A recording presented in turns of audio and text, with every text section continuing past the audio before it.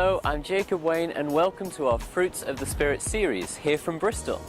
Bristol is famous for its cultural and creative icons such as the SS Great Britain, Cabot Tower, Clifton Suspension Bridge, Bristol Cathedral, but it's also famous for its creative icons in the arts world, Banksy, the famous graffiti artist who came from Bristol. So we're going to be looking at Banksy's most famous artwork and comparing it with St. Paul's letter to the Galatians, the fruits of the Spirit, to see how we can be full of God's Holy Spirit and convey the fruit of the Spirit of love, joy, peace, patience, kindness, goodness, faithfulness, gentleness and self-control in our day-to-day lives, having a wonderful, colourful journey of faith.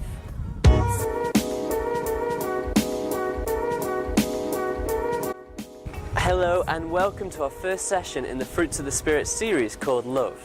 If we look at our Banksy for today, it's called Girl with a Love Heart Balloon.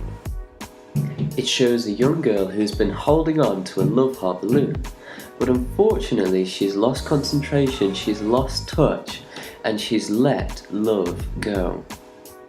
It's very important for us as Christians to make sure that at the centre of our lives is love, that we never let love go. So let's hear more from our Bible passage.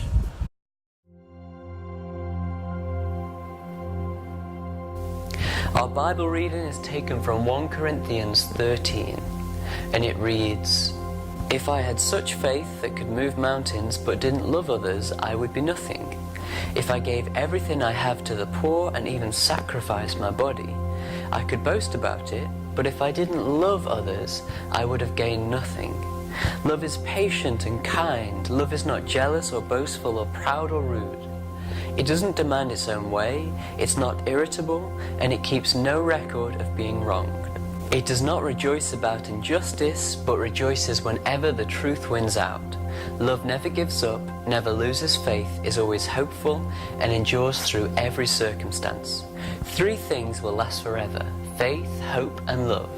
And the greatest of these is love."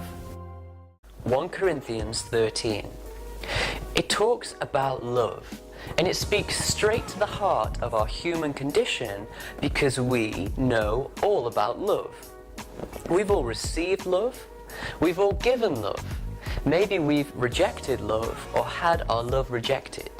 But we know all about love. We love our families, we love our friends, we love our community. Maybe we have relationship love as well.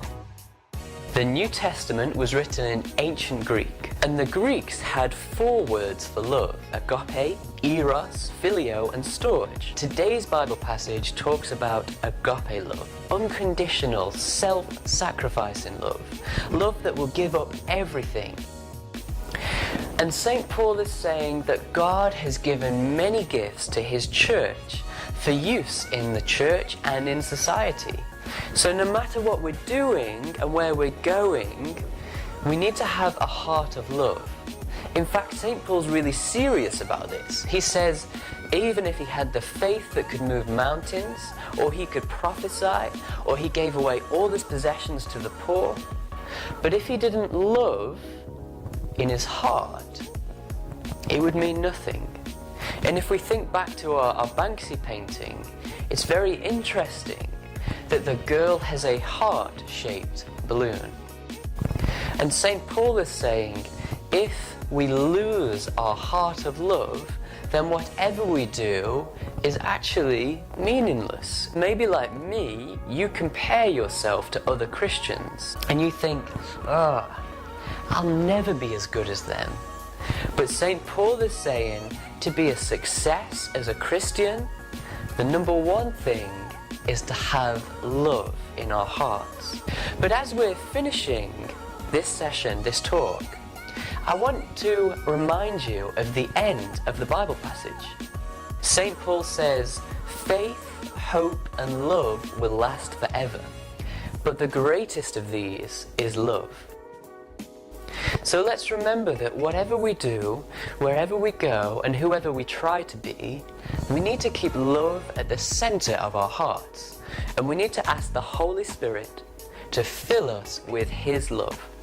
So let's look in discussion groups now at how we can be Christians and we can be people who are more full of the love of God. Question 1. When you look at Banksy's Girl with a Balloon, what do you think he's trying to say?